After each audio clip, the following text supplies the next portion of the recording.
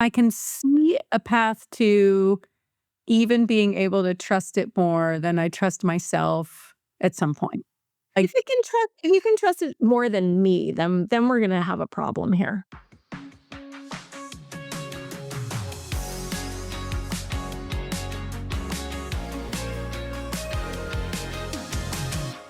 Hey, Meg. hey, Amy, how are ya?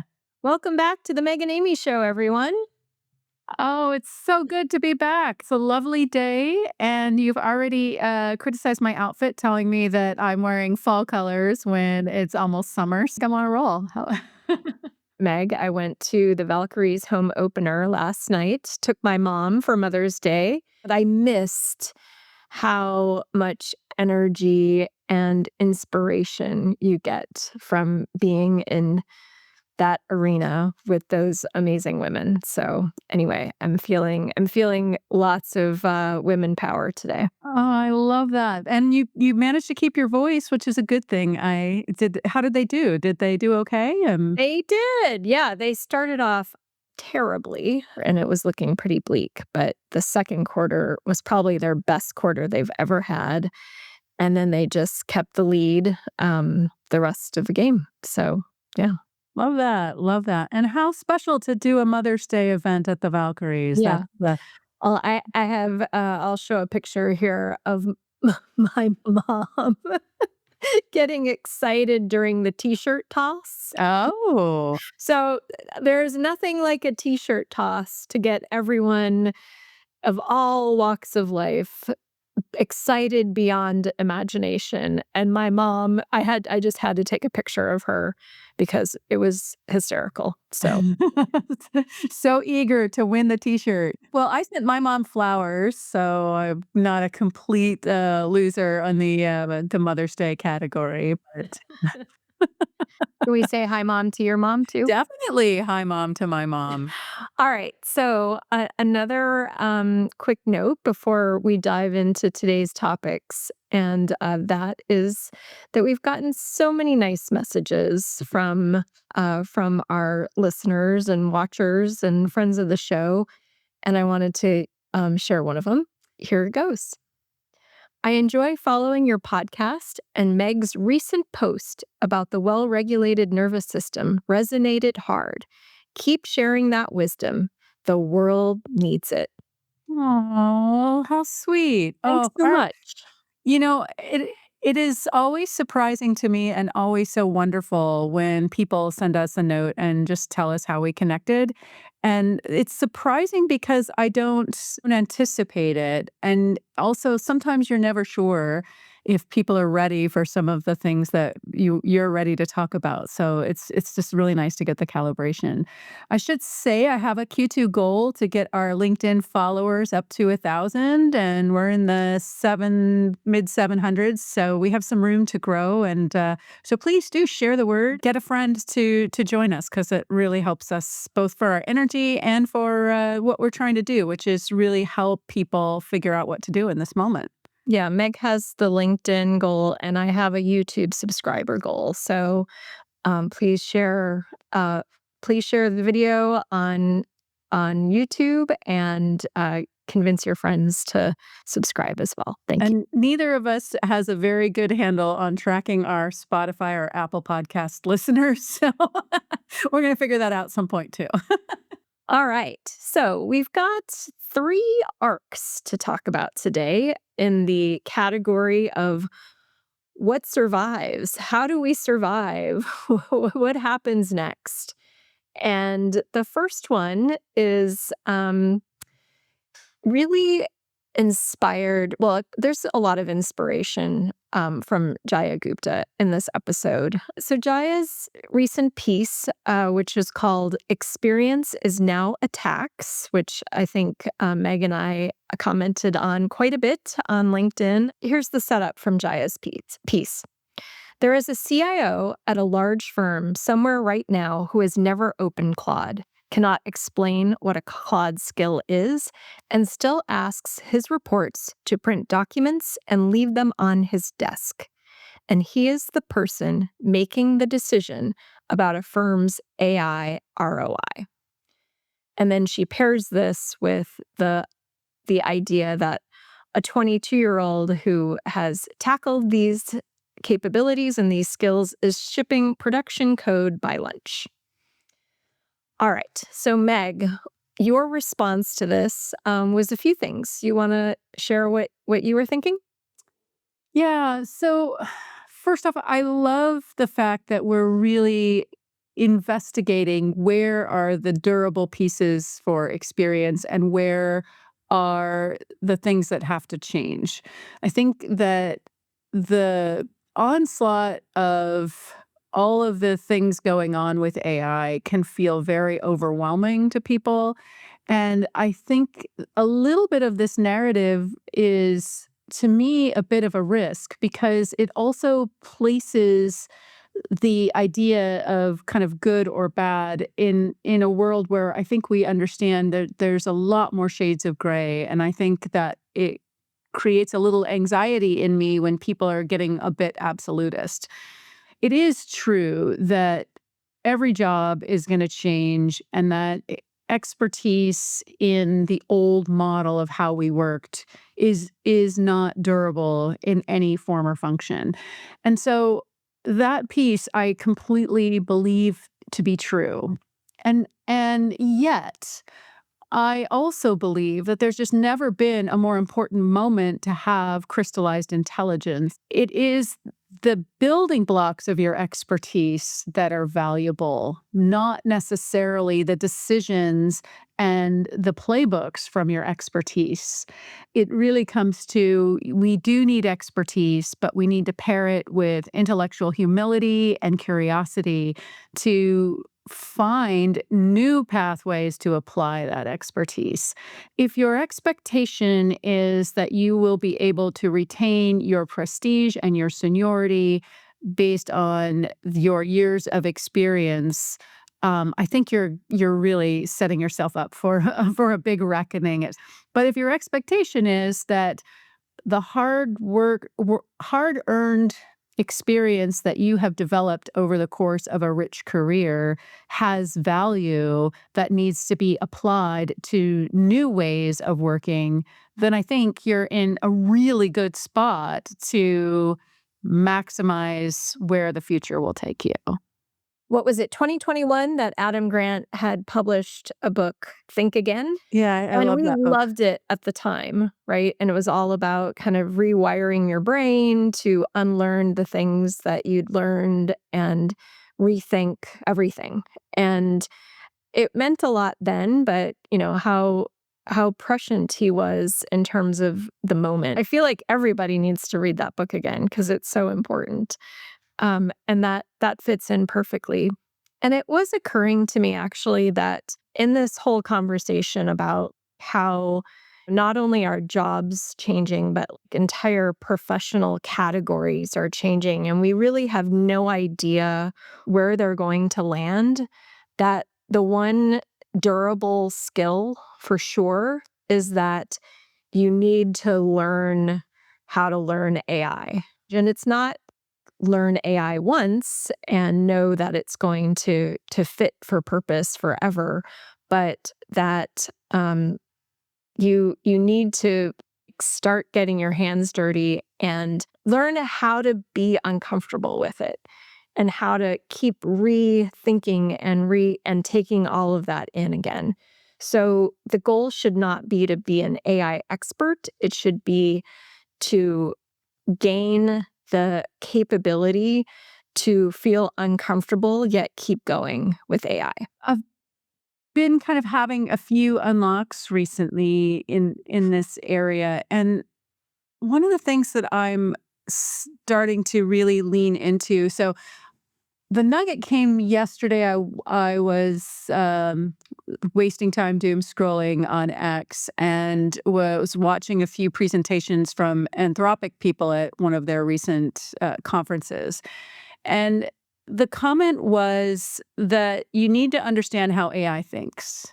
And so one of the things that you're learning, whatever things you take on to try to, make real in AI, you're not just doing the thing, you're also investing in getting clarity of how AI thinks and what the mental model is, and how you can nudge that to work for you, and how you can turn that into something that lines up with your own mental model. This morning, I was really having an interesting unlock on this journey of what things might I automate, what things might I create new working styles and behaviors around. I realized that a lot of my processes have been built on how I think about delegation to people that work for me. So, my own mental models and processes when I work with an EA, or when I work with a chief of staff, or I work with a head of a division, when I work with a head of product, to make sure that I'm communicating what I'm thinking and what I need from them in a way that they can understand it and respond. And it's becoming clear to me I'm doing the same in my interaction with AI. My investment around this concept of open brain and creating more foundational elements for AI to understand me, what I'm realizing is I'm really starting to hit the inflection point where it understands me better than anyone has before. And because it understands me better, I can release a lot of extra cognitive work that I had to do to put my thoughts and needs into language and structures that the people I was communicating needed. And I don't have to do that anymore because I've tuned it to what I need. And I'm realizing that this is part of why it becomes such a switch for people and so powerful, because it becomes something that you're building on over time. And once you figure it out, then you end up unlocking all these other ideas of things you could do because you know that you can count on it in that way. Mm, cool. Oh, that's amazing. So give me an example. So I've observed a pattern where Amy gives me an assignment and I tell her to go pound sand because that's just too complicated. Then I'll realize, oh, I have this idea of what I really should do, and it will be Amy's idea from the beginning that I told her was impossible. Today's example of that was getting help with calendar. Everybody that knows me knows it just creates all kinds of anxiety for me, being my own EA. And so in the past, when I've had an EA, I have sat down and walked through, okay, these are the things that are uniquely complicated for me in logistics. I have some hacks of like, okay, if I'm going to meet with people, I put my notes right before the meeting so that I can prepare. I realized that there's really two problems with calendaring for me. And one is, should I do this thing? And then secondarily, if I should do this thing, how can I do this thing? When can I do this thing? Where does it fit in the calendar? Those are two separate problems. And so today I decided to tackle the bigger one, which is, should I do this problem? And I have an interesting Q2 goal that says, start saying no to more things. And so it was a perfect time to lean on that momentum to say, somebody's invited me to this thing. Should I do this thing? And it was lovely because it came back with a really coherent, okay, well, here's your choices and here's your trade-offs and here's my recommendation. And so anyway, that was like such a big unlock for me because usually what happens when I get one of those is I just leave it in my inbox for a Sunday morning when I have enough time to really think it all the way through. It's just a really interesting mental unlock of figuring out what is the problem. And I'm starting to apply if I feel anxiety, that's the problem. So why am I feeling anxiety? What's the thing under the thing? And then how do I use the tooling to help me get to a point where I either process my anxiety by saying I'm not going to do this, and therefore that's a decision, or figuring out how to do this, which is a different path.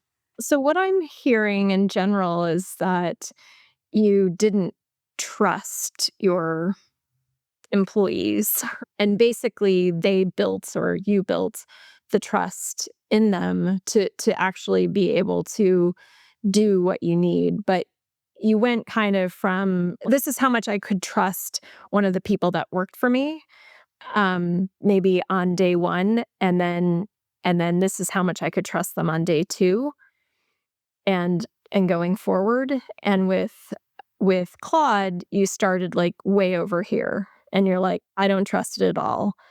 But with the investment that you put in, you can trust it tenfold.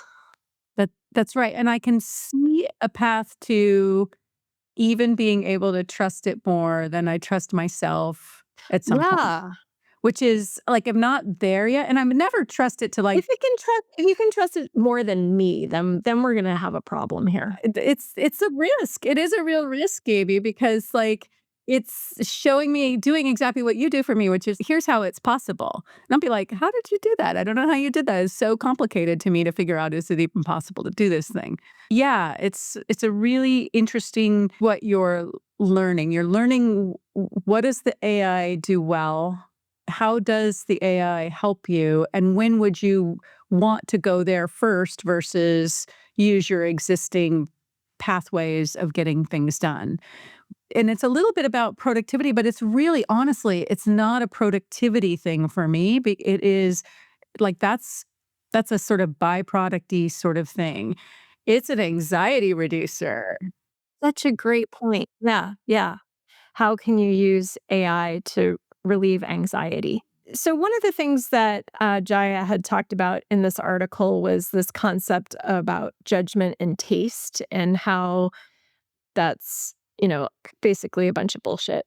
Right. They're imaginary assets. And, if you think your judgment is a thing AI can't replicate, then the version of you that thinks that is exactly the version AI is replacing. Yeah, we're not Rick Rubin. Yeah, I think it's the message there. You can hold on to all of the experience that you have in terms of this is how it was done, and so this is how we need to do it going forward. It's actually a tax. So that's the whole point. But what we were believing, at least, was that judgment and taste that we've built up from experience was actually an asset. That has been like the common rhetoric. But she basically blew that out of the water, this concept that even judgment and taste. And so the question then is, well, what do we have if we don't have that? Good question, right? My thesis is that if you spend the time to be intellectually curious and you spend the time to allow yourself to rethink and be open, and you do that in the spirit of learning how to rewire through AI and try new things and new pathways, then you can combine that with your understanding of the the market, the business, the domain, and start to be a translator between what it is that we used to do and how we need to move forward. And that is like the most golden job that is going to be needed, at least for the next decade, I think, as we, move through this whole transformation. Probably in 10 years, we're just all rewired and need to move on. But like, I think that is a durable skill. How do we differentiate? How do we add value?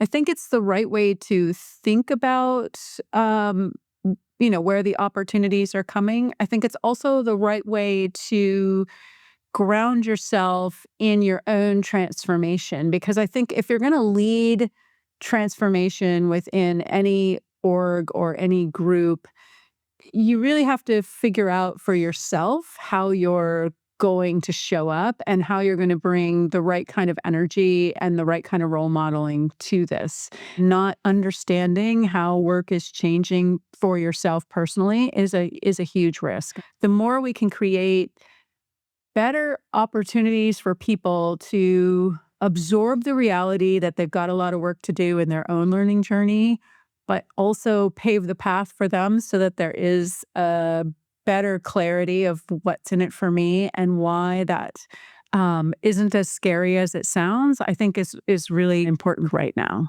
Mm, yeah, I love that.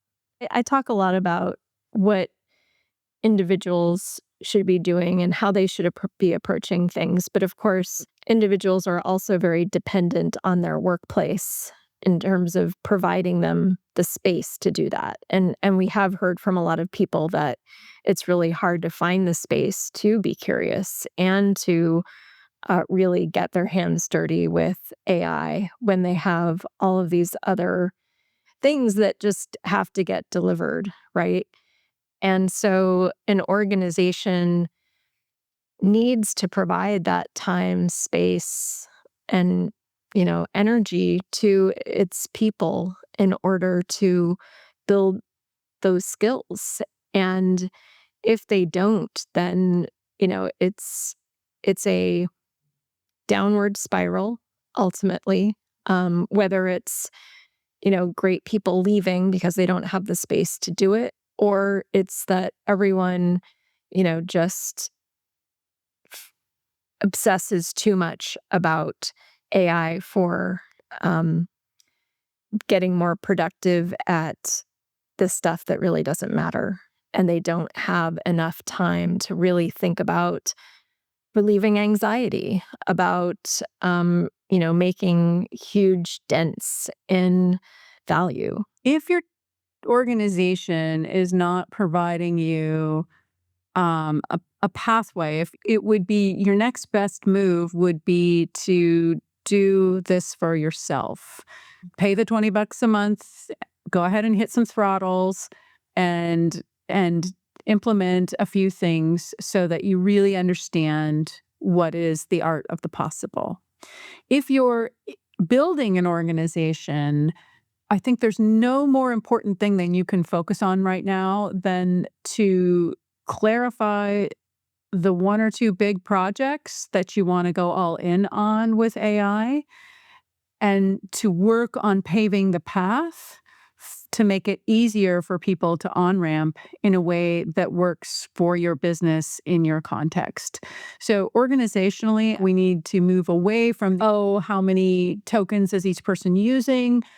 That might be a data point, but it's, to me, not as an instructive data point. Where there's so much knowledge sharing happening right now, and you're starting to see some pretty recurring patterns. It's really not a bad moment to jump in because you're going to be able to follow a lot of really good scaffolding to get you started. And I would want to make like one little pitch for the couch to 5K of AI agents. I Oh, think was Lenny? I don't think that was Lenny. Was it? it was on Lenny's blog, Oh, with but it Lenny. was a It wasn't guest. him. It was a guest. Okay, okay, Yes. gotcha. Lenny Wow, Lenny okay. does guest Yeah, bloggers yeah, yeah, yeah, often. yeah, yeah. And so 'Cause the it woman was a that did it, woman.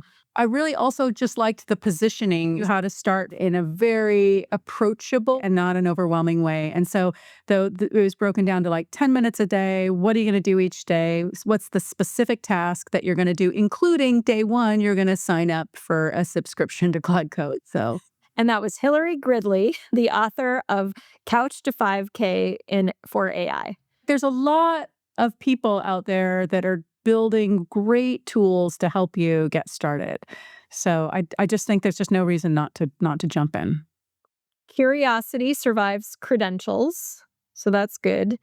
Um, there seems to be a second thing that survives, but the first part is really cringy, and that is talking about Claudie language, which the great Ethan Mollick had written just a great piece about the introduction of.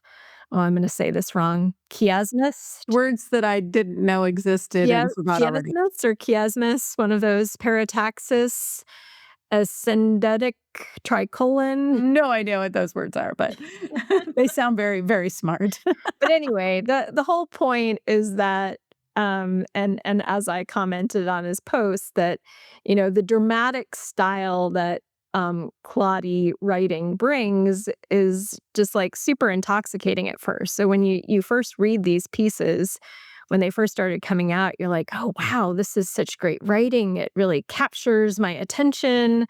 It seems easy to grasp. But then you start to Then it realize hits that, me. yeah, that it hit me that it's like raised my heart rate, and I'm like, oh my God, I got it, like it just, and then it just becomes so like disgusting Yeah. over time. Um, but in like more practical terms, what we're seeing is, what we've called AI slop or what have you, but everything's just kind of averaging out. All the landing pages are the same, all the pitch decks are the same, all the slides are, everything is just so average. And at the same time, this gives us some opportunity to differentiate. So, what does that look like? In the very early days, there was somebody that made a case where what we were really going to do was elevate mediocre. Mediocre had a really low floor, and we were going to raise mediocre to a much higher standard. And I think that in this writing context, this is a perfect example of this. That we have taken people that were, maybe not great writers and turned them into having the ability to write stuff that sounds interesting.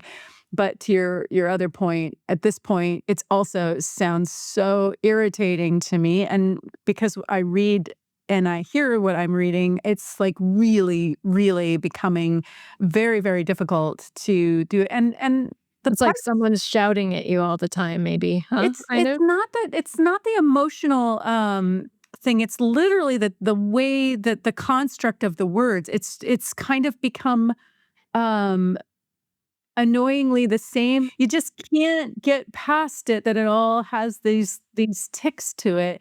And and the worst part about it is that people that I admire and know are great thinkers are writing interesting stuff that I really want to read, and yet I find myself kind of getting annoyed while reading their stuff, which is not a great emotional reaction to be having. And I don't have a strong recommendation for myself. I've just given up and gone back to, oh, just enjoy reading my grammar mistakes and typos because because I just can't be party to this kind of writing. Yeah, I So did notice in Ethan's post on the topic, his very last word is misspelled. yeah.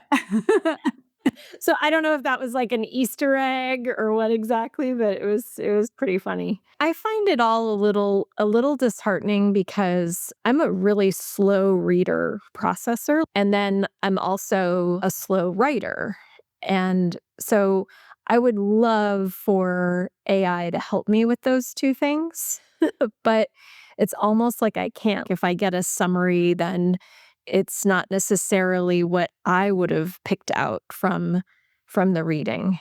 I've tried to have it help write things, but then it ends up sounding ridiculous, and then I have to rewrite it. So then I write less as a result. I wish there was some sort of happy medium there. The thing on my side, so even though I am a shockingly fast reader, etc., it actually makes it harder for me because everything is so much longer. It takes so long to get to the point, and again, I find that unnecessary. You've just doubled my time with a whole bunch of stuff that I have to throw out, and then some of it that's irritated me. Like, I don't fault people for using it, and I try to not apply my feeling about it to my understanding of what it is that they've produced. This is not helping. It's Yeah, not where did helping. we see that? Was it a comic where it was like, here I create like a few Mm, important bullets and have AI yeah, create this big that's long document, Marketunist. and then Yeah. and then I send that off, and then the person receives it and has AI condense it down to a few bullets. Exactly, exactly. That's Marketunist, and the key part in there is that it says that I can pretend I read it and I can pretend I wrote it. I think you said something about this topic, what, like 17 years ago? What was it that you said? Facebook has these memories. I just found one. So I had said 17 years ago, the authenticity is the new black, and um, my insight for that was really just about the very early days of social media and everybody trying to pretend to be something that they weren't, and then within leadership, trying to pretend to be more buttoned up or polished than you were, and just my real understanding about how you're not fooling anyone, and it's actually unhelpful to your brand to be fake. And I think we're really rolling into that even more so now where it's not that I have a problem with assistance in writing or whatever, but I think it's even more important to have a point of view that is uniquely yours, that you are well qualified and equipped to articulate. And if the written modality isn't your thing, well, then there's video, there's voice notes, there's lots of ways. Take the time to own your own voice and your own point of view because it really does matter in this moment and helping people see the real you, not just the super Claude polished you once in a while does matter as well, I think. That makes me think of something, which is that everything that happens again. And Mm, so the real moat of experience is perspective, right? The yeah, fact that you have this perspective that, this isn't all unique. I think we've said in the past, like, I've seen this movie before. right, And it's a different movie, but it's a similar movie, right. and we'll have the same sort of missteps and the same sort of, gotchas and the same sort of opportunities that we've had before, maybe in a different package, but that is helpful. So, The other thing great about, like, experience.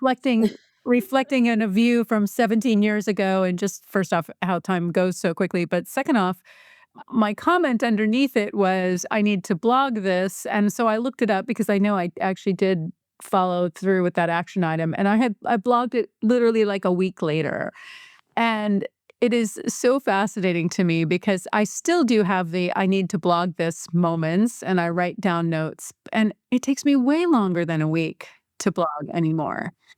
And I honestly, I used to go from an insight to, a bit of sort of mental marination to get that insight into a coherent thought and then write it down, and that would be a blog. And I noticed that today it just takes me a lot longer to go from that insight to something that can be understood by someone else. And so I'm starting to wonder, is it that my insights are getting a little bit more abstract and hard to to um to make clear, and so it takes me a lot longer to turn that into something usable for someone else, or if I'm just slowing down in general on my pipeline from idea to activation via blog or something in between. But it's super interesting to me. I'm like, I've been feeling this for a while that like, wow, it takes me a long time. I have a theory, and that is that, you're moving from trends to convergences. Ooh, tell me more. This sounds exciting. Yeah, well, so we talked about, Amy Webb's, whole move from trends to convergences. You used to think more in trends of like, "Okay, there's this one single idea, and let me just get this thought about this one single idea." But now you're reading this, and you're reading that, and you're reading this, and you're listening to this, and, like, all of them are, like, creating all of these connections, and your mind is like trying to figure out like what's the convergence of all of these things, and then how do you communicate what all of the connections of those things mean in one piece. Right. And that is really difficult to do versus taking a signal and a trend and communicating that. Right. Right. Right. Yeah, that has a lot of links, if for no other reason to give me a little bit better self-esteem about the whole thing. So thank you very You're much. welcome. You're magical, my friend. All right. So arc 3, ready?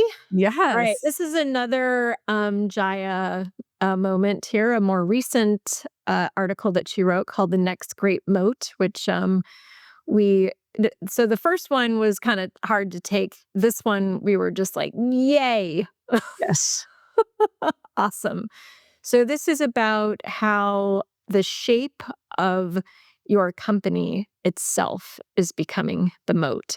And what she means by shape is she means what you're about, who you're attracting, who you're enabling to thrive, and how you're going about your business. So here's a line from her piece. Great companies are not just places where talented people go. They are structures that let a certain kind of talent finally express themselves. Isn't that just so lovely? I mean, like in all of this kind of like the sky is falling, AI first, let's fire everyone. We don't need middle managers. All of this kind of energy to come back and really anchor on purpose is just, oh, it's just so wonderful to me right now. I can't even tell you. Yeah. So, one of the things that I really loved in this article was how she laid out the contrast between feeling chosen versus being seen. And I think this is so important because um there's always been such a focus on, on recruiting and getting the right match. And, people feel that lifted sense of self-esteem when they are chosen for a role and they believe that they are the person that is meant to accomplish this job and so on. But, you know, and we talked about this in a leadership corner about, okay, well, what happens when the ground shifts from under you and maybe the people who chose you aren't around anymore, or it's just not clear what your mission really is. And what we didn't articulate then or really quite realize is what Jaya is saying is that then you stop feeling like you're being seen. The purpose that you had, the value that you felt like you brought is no longer necessarily what other people are valuing. And that's a very uncomfortable place to be. What I kind of understood from what she was saying was that, you need from a company perspective, you need a very clear understanding for of what the mission is and what you're trying to accomplish, and then you need the structures in place to make sure that people feel like they're connected to that and that they are special every single day. And second to that, I think that golden managers are really good at doing that, of helping people feel seen. I think that's such a big insight. The manager wars are definitely causing me an emotional reaction, and emotions are data, and the data is not looking good for the people that are creating these manager wars in my book. In the course of a long career of leadership, you get a lot of feedback. The most touching and inspiring feedback that I've got, the stuff that just really speaks to me has always been around this about people feeling seen.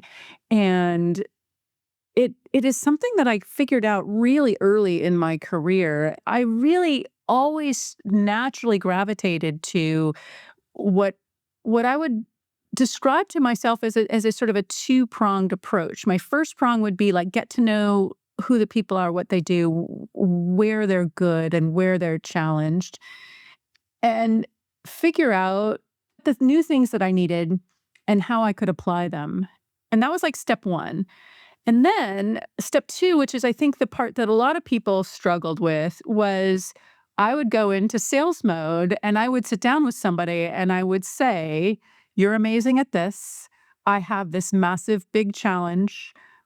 I think you would be perfect for this. I know this isn't anything you've ever thought about doing before. It's kind of out of left field and it sounds crazy, but I promise you, you're going to learn a lot in this journey and you're going to be amazing at it. And I think this is an opportunity you shouldn't pass up.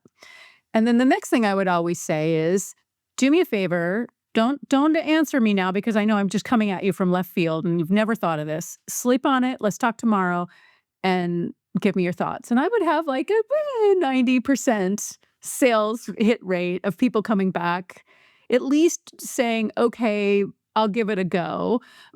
Some more enthusiastic than others. And, after the 6 months or the year or whatever, how long that sort of mission lasted, they would always come back and be blown away. Like, how did you know I'd be good at that? How did you understand that that was a challenge that I needed? Anyway, I just think that this is the thing, you know? And in this moment, this is the big reason why leaders need to figure out how these tools work so that you can figure out how your team can best be applied to them so that you can figure out how to do amazing things.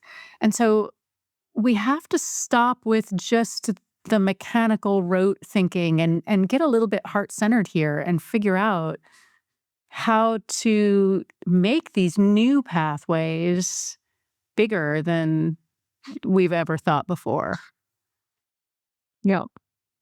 So there was another article that I wanted to bring forward as well, Meg. And that was Toby Stewart wrote an article in HBR, and it was called "The Future is Shrouded in AI Fog."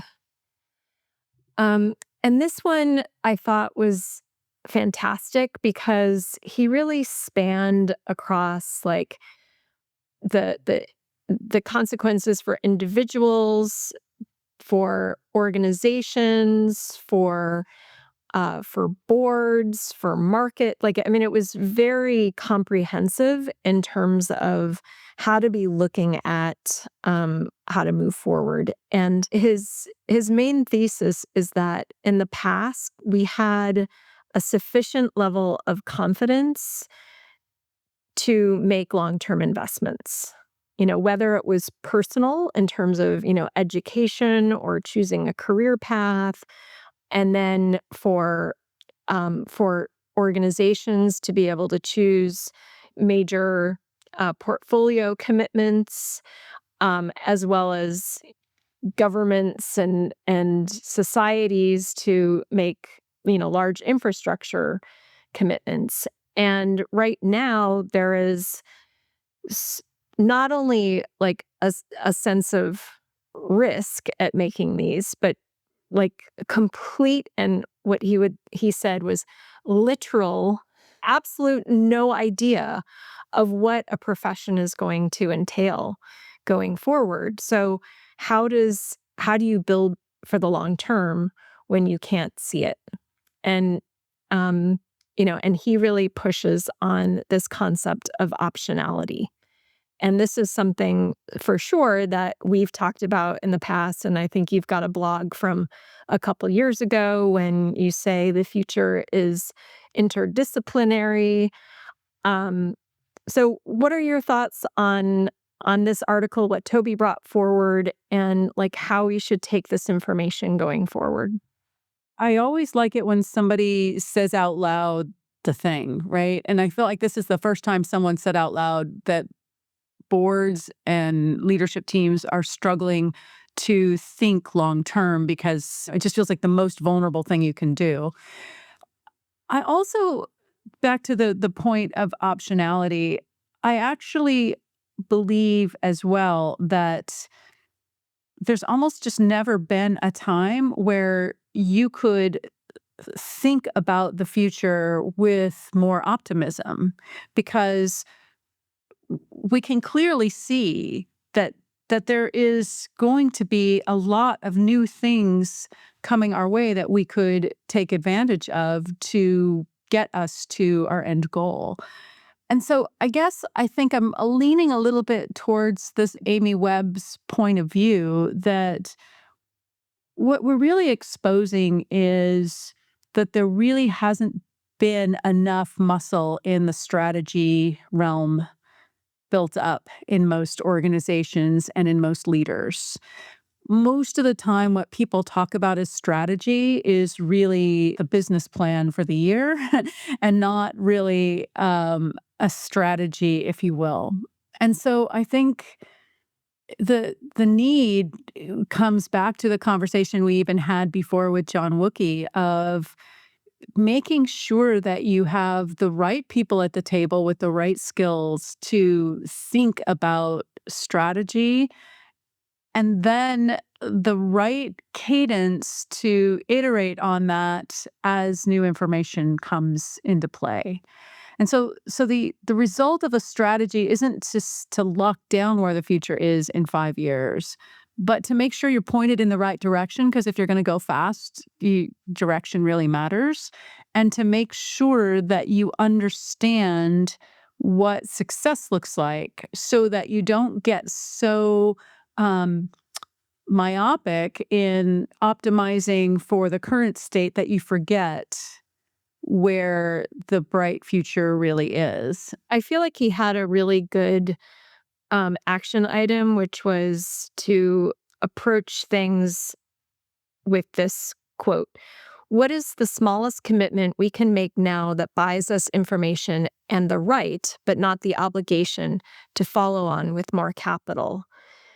And when I combine that with another article that that you pointed me to, which was Dara Curran from Intercom talking about how his company tripled their development productivity leveraging AI, and how they selected uh, a particular measurement, which was how many merge pull requests they had per employee or per cost of employee, which he shared was not a perfect measurement by any measure, but it was indicative of like their mission, which was to that their heart was about getting to production, right? And then this, Meg, made me think of our limping cow focus when we were at SAP. And this is, of course, a concept that Patty Azzarella introduced us to, which was really creating signals in the system to help us understand, are we moving in the right direction? Is this going correctly? But I loved all of that, which is, make big bets, but have the actual resource and capital commitment be small and focused so that you can quickly iterate, reverse, move, adjust as you're going along, right? But you do need to be super clear in terms of what you're trying to accomplish, what is most important, what are those priorities, what is it that you believe to be true, so that you can make those small commitments and you can adjust and you can feel okay about reversing as well. And I thought that was a really good way to think about strategy going forward. I really also liked they assumed as essentially a zero budget and assumed that budget would come once the project was successful and it had figured out how to pay for itself and show value creation on the other side. I find so many times people are like, well, if I don't have any budget and if you don't give me a bunch of time, I'm not going to be able to do anything. So therefore, it's your fault and I can't get anything done. I think we need to recognize we're moving to this high agency kind of model where you can be scrappy, you can figure things out, you can make sure that as you're building, you're thinking about it in a financially responsible founder mindset. It just can't be a pilot per That's right. lean. Like That's right. there has to be enough of a big bet and a sense of commitment that it matters. The other thing that I read into that whole like zero budget thing was the the assumption of kind of like a clean slate everywhere. Like, there's nothing other than compliance commitments and that sort of thing that should warrant existing budget, that everything should start with nothing and then you grow from there. Right. And I think that's a really interesting and really hard thing to That's do, but a good, at least a good exercise for organizations to take on. Yeah, I've done that or, versions of that multiple times in my career. It has always come with a ton of pushback. Everybody, Yes. gives me a whole lot of reason why I'm both stupid and have no idea what I'm doing. Um, but I will Well, tell because you. that exception bucket, which Yeah, you see as this size, yeah. everyone's like, "Well, I'm in that exception bucket, and Yes. I'm in." Yeah. Yes, our top priorities, all of a sudden, everything is back in there. Yeah, Yeah. but I will say that if you're in an existing, you know, status quo world, it is absolutely a necessary exercise to take that clean sheet of paper and really build up as opposed to, assuming your current model is serving you. It's absolutely essential. All right, Meg, you ready to leadership corner? I'm excited to Leadership Corner. This is from one of our younger viewers, and she asks, I realized before it was announced that a colleague is about to be on extended leave, and I can see exactly the opening it'll create. I want to position myself for the work without being the person who circled before the news even broke. How do I do that? Ooh, first off, what a great thing to be thinking about. So, whether you're early in your career or been in your job a long time, I always encourage people to keep your head up and don't forget to pay attention to what's going on around you and in the organization because that's where new opportunities show up. And if you're eager for either learning or opening up new opportunities, these are things that you have to be good at seeing the signal. So congratulations on being thoughtful in this way. I think there's a couple things early in your career. There is a lot of assumptions about who you are and what you're capable of that is probably driven a little bit to the mean of early talent. So the better job you can do to help people see what you're actually capable of is going to help you in crafting those pathways. And what I mean by that is usually early in your career, it's really incumbent on you to be asking for different types of tasks or maybe the ability to help out with things that might be not be in your actual job description. So people see that you're capable of taking more on and people see that you're eager for getting skill development and all of that. So that's your give. What you want when you start doing that kind of ask is to think in terms of the organization and the both the organization's structure and network power and how information flows within the organization.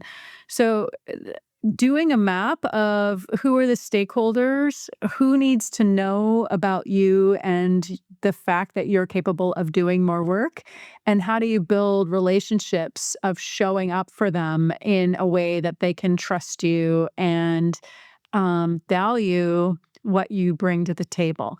All of this is really important pre-work so that when these types of opportunities present themselves, you can then start to map even a little bit more closely to what types of things might this create opportunity for you when someone is out on a leave?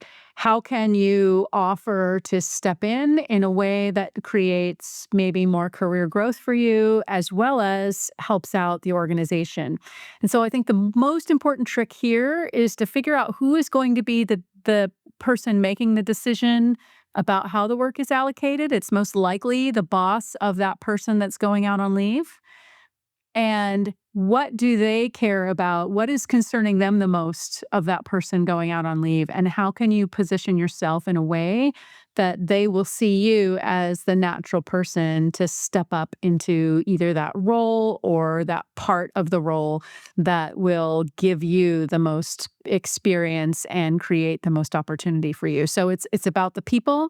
It's about tailoring the types of work that you do that shows value and gumption and all of those things. And it's also about building the trust so that it becomes the natural thing that comes into their mind for how they're going to cover for that time out. So all of those things, it sounds like you're on your path towards that, but I would be very intentional over this next cycles to be building those relationships of trust and building the evidence that gives people the confidence that you're the person to step up. What do you think, Amy?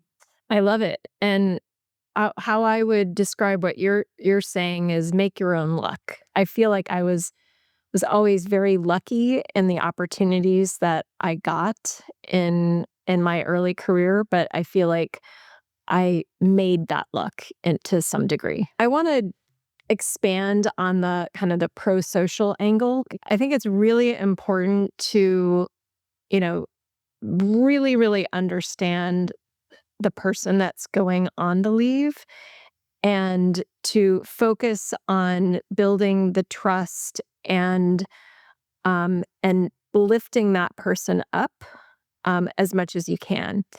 And this is going to help you in so many ways. So first of all, Meg said that it's probably the person's boss who's going to make the decision, but not necessarily. A lot of the times it is the person who's going on leave who is going to make the decision, because the boss doesn't have time for that, and they ask this person who's really important to them to figure it out. And so that's a high likelihood. The second thing is that if you can really show that you're going to make things better for this person upon their return from being gone, then that's gold, right? That is and not in a way that like you've taken their job because you've done so good, but that you make them look good, that you make the transition really easy, that you don't let anything fall apart while they're gone, but you also kind of lift up the work that they've done, and that when they return, they slide right back in and are in great shape. Because ultimately, what you want is you want for that person to get elevated. You want that person to be able to grow in their career and to get, something even bigger so that you can step up. So think about it from that perspective. Wisdom. That is so good. Well, Amy, I have to say that this has brought me a lot of joy. I had a lot going on in my head. It's always nice to connect with you and process it all.